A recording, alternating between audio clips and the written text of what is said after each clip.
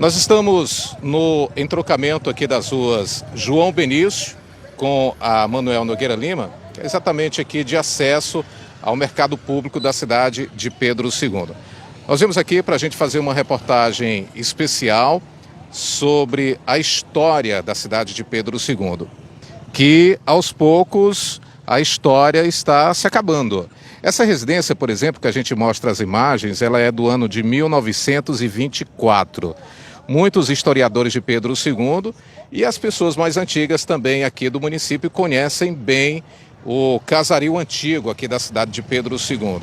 E esse é apenas um dos casarões. Outros também já foram demolidos ao longo da história que vem acontecendo aqui na cidade de Pedro II. Daí, nessa reportagem, a gente vai estar ouvindo pessoas, historiadores e também populares que preservam a história da cidade de Pedro II para saber da opinião deles em relação a esses casarões que estão indo embora, estão se acabando, estão sendo demolidos aos poucos para dar espaço a outras construções mais recentes, mais atualizadas.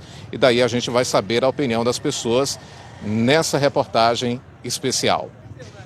Vamos ouvir aqui o professor Raimundo Silva, ele é historiador, também ele faz parte da Academia Pedro Segundense de Letras e Artes aqui de Pedro II, e é muito importante a gente ouvir a opinião dele aqui sobre essa questão, né? O município de Pedro II, a cidade de Pedro II é uma cidade histórica e a gente percebe que aos poucos, com a chegada aí do progresso, enfim, muitas residências, casarões estão indo embora, estão sendo demolidos.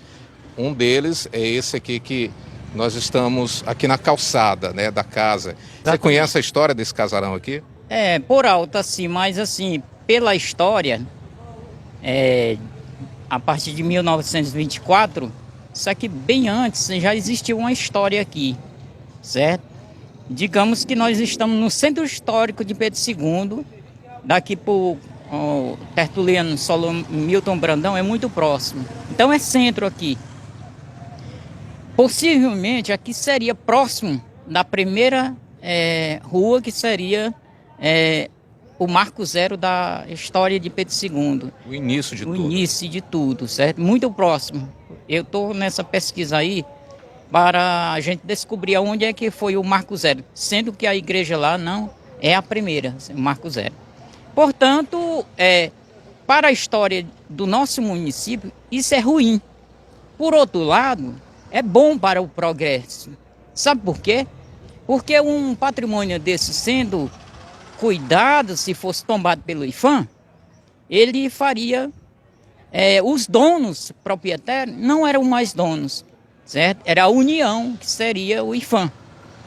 Então, não iam lucrar, certo? E com o progresso derrubando, isso aqui passa a ser um prédio comercial.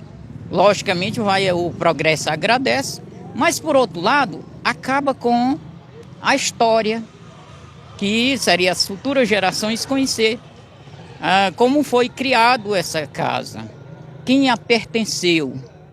Então, a história derrubando aqui, morreu tudo. Só fica a história, as fotografias de época.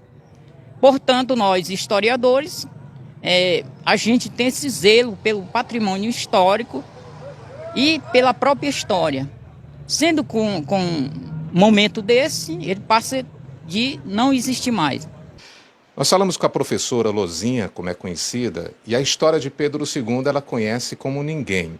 Em relação a esses casarões antigos, é muito importante a gente ouvir ela aqui, porque, inclusive, esse casarão em questão, que a gente aborda aqui nessa reportagem, ela conhece a história dele, né? Professora, qual que é a história desse casarão?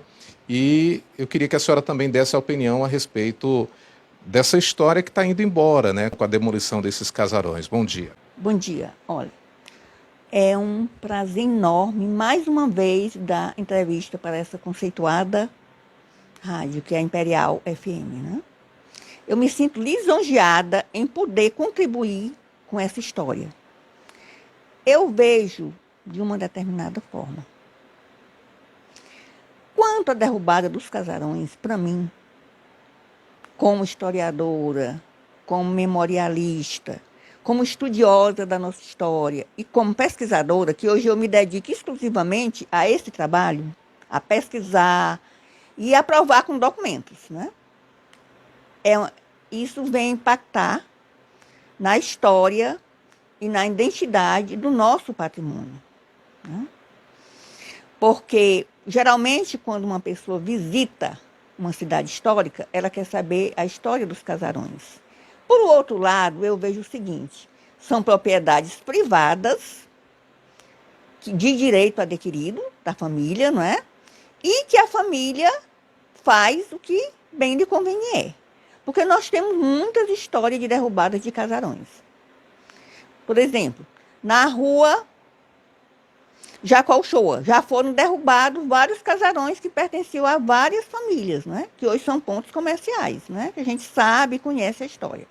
Agora, quanto ao casarão, eu vou me definir ao casarão da Rua Manuel Nogueira Lima. Antes foi Rua do Comércio, depois Rua Floriano Peixoto e hoje Rua Manuel Nogueira Lima. O casarão foi construído na década em 1890. Isso eu provo com documento. Por que eu provo com documento? Então, é um casarão do século XIX, né? Eu provo com documentos porque nós temos um livro a ser publicado, de autoria da professora Adelina Nogueira Lima Santos e Maria de Lourdes Alves Viana, auxiliado pelo primeiro médico da família Nogueira Lima, Dr. Francisco Mendes Nogueira, né, que sabia como ninguém aquela história. E ele tinha muitos documentos que hoje estão em meu poder. O casarão, ele foi construído em 1890, então ele tem 134 anos. Aquela placa que nós olhamos ali foi uma reforma que a dona Maria Esposória Mendes fez em 1924. Em 1924, nós tivemos um inverno muito forte e muitas casas caíram e outras foram comprometidas, a estrutura, né? E a dona Esposória fez a reforma daquele casarão.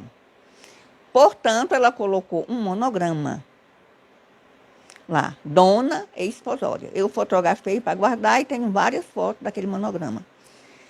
Eu vivi ali dentro daquela casa, vivi a minha infância dentro daquela casa, né?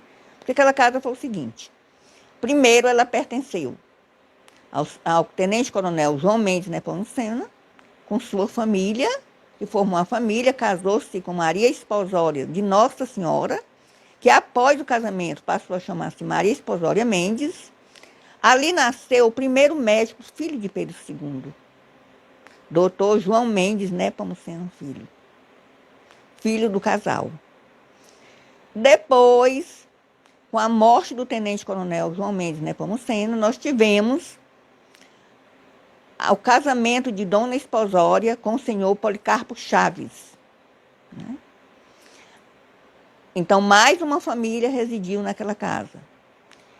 E, posteriormente, veio o senhor Joaquim Nogueira Lima, casado com Adelina Mendes Nogueira Lima, que formaram uma linda família ali, né? Aquela casa viu nascer quase todos os filhos do senhor Joaquim Nogueira Lima, porque ele teve um segundo casamento com Adalgisa, com quem ele teve 5 filhos, né?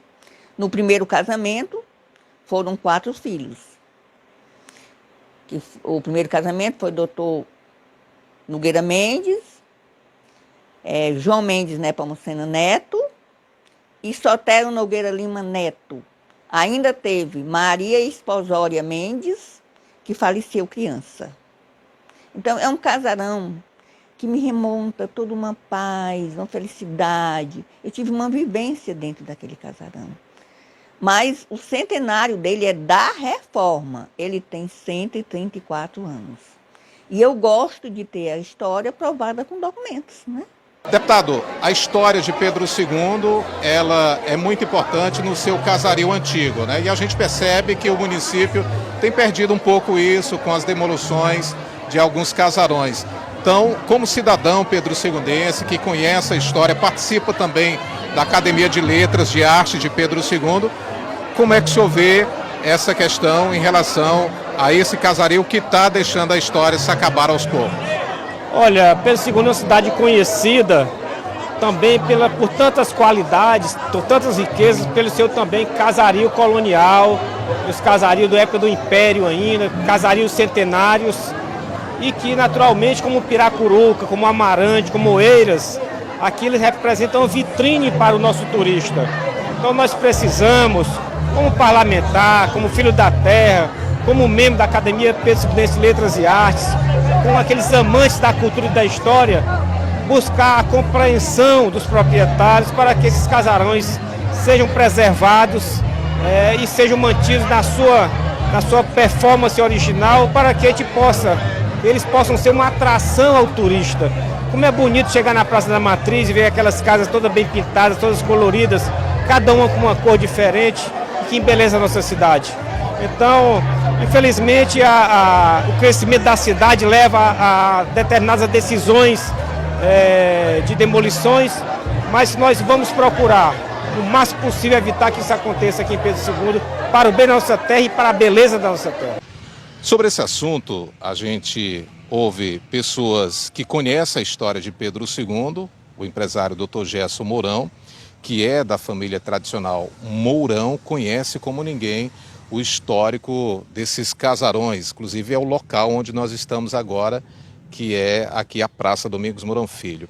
Doutor, em relação a esse assunto, essa questão do desaparecimento desses casarões, qual é a opinião do senhor em relação a isso? Bom dia.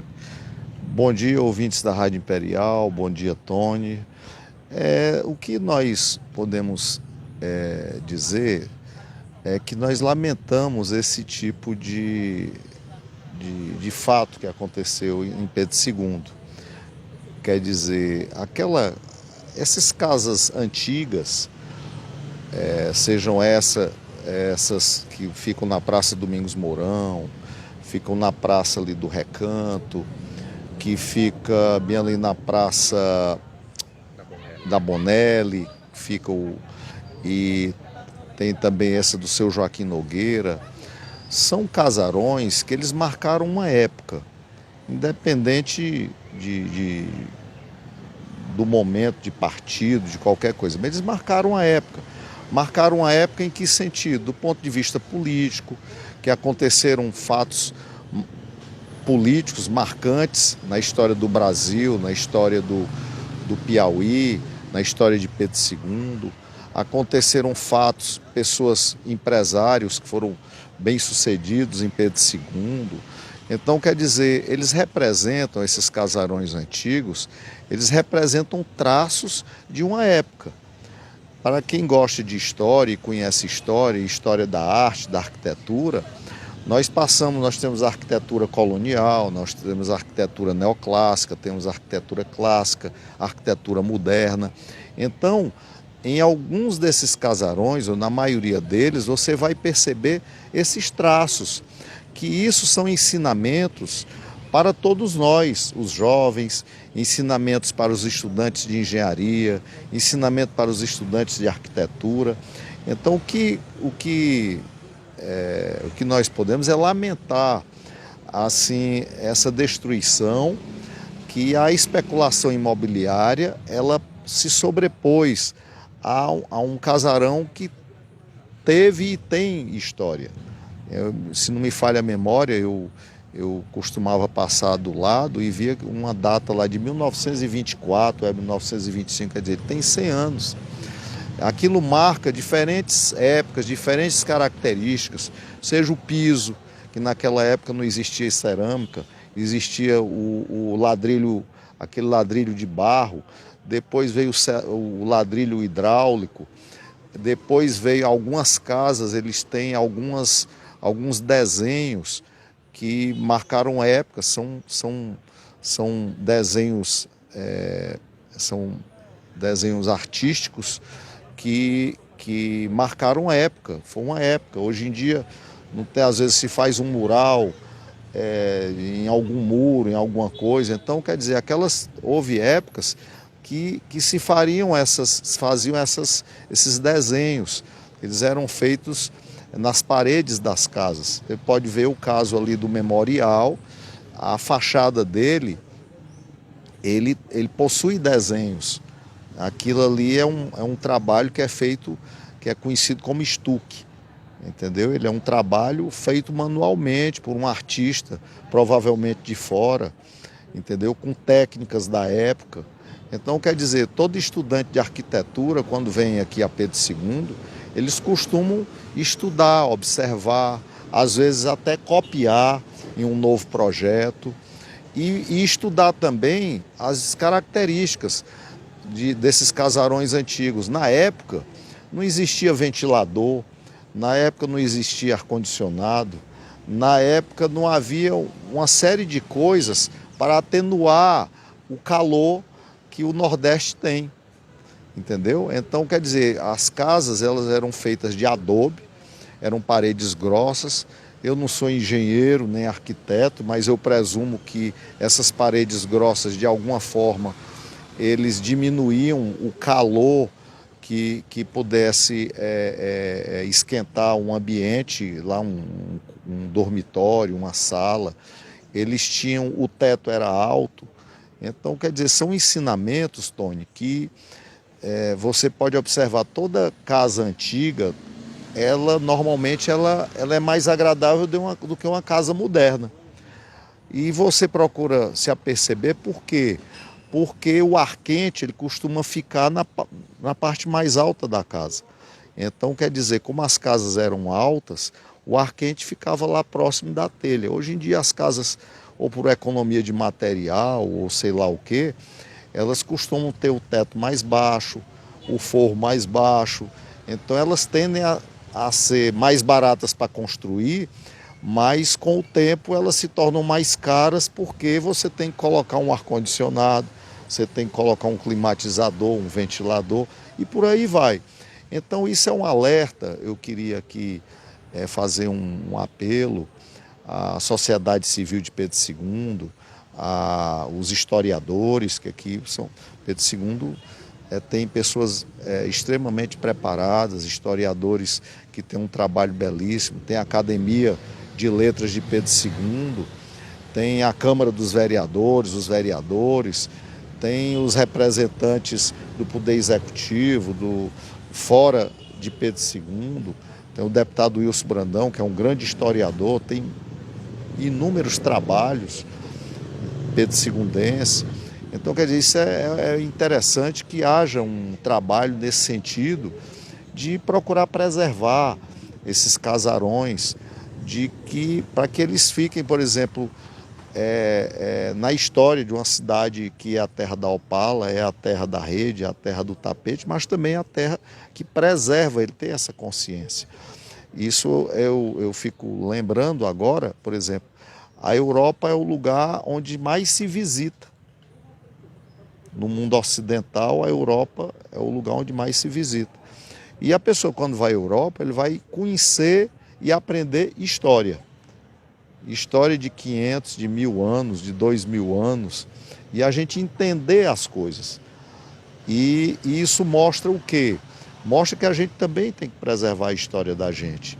Pedro II é uma história de um povo inteligente, povo preparado, e que nós não podemos deixar que esses fatos, que manchem a história de Pedro II. A gente vê o turista, quando vem para o Festival de Inverno, tanto quanto o Gritador, um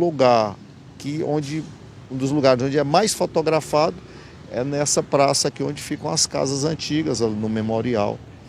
Então, quer dizer, a gente tem que nos conscientizarmos, o poder público procurar fazer um estudo de alguma forma, naturalmente ouvindo a Academia de Letras, ouvindo historiadores, ouvindo diversas pessoas, para que haja um incentivo, seja uma diminuição do IPTU, seja algum tipo de incentivo né, para que fatos dessa natureza não possam acontecer. Né? Hoje foi tombado, foi posto abaixo esse casarão, e se a sociedade civil, os historiadores e alunos não se aperceberem disto, nós vamos ficar uma cidade sem história.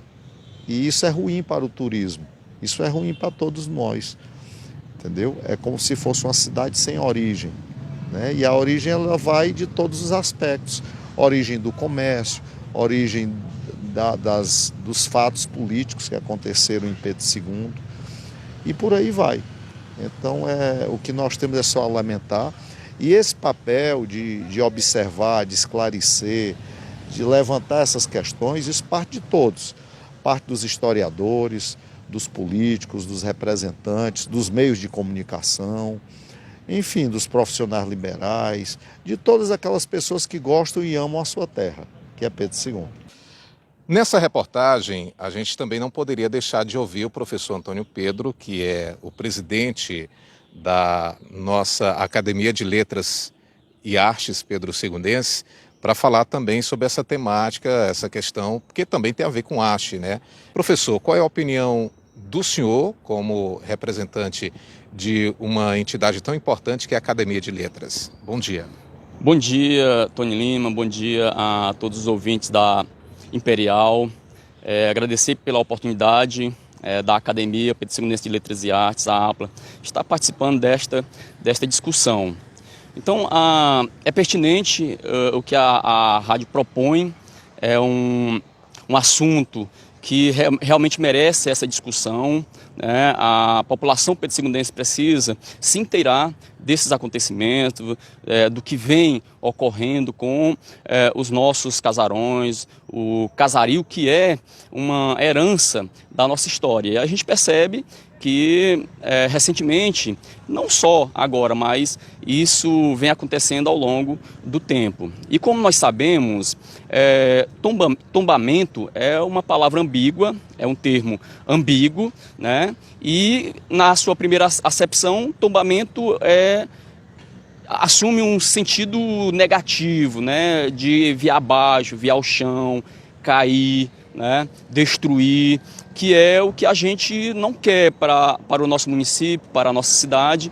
E na sua segunda acepção, tombamento já assume um sentido positivo, de preservação dos casarões e assim a preservação também da nossa história. A gente tem discutido também dentro da academia a problemática.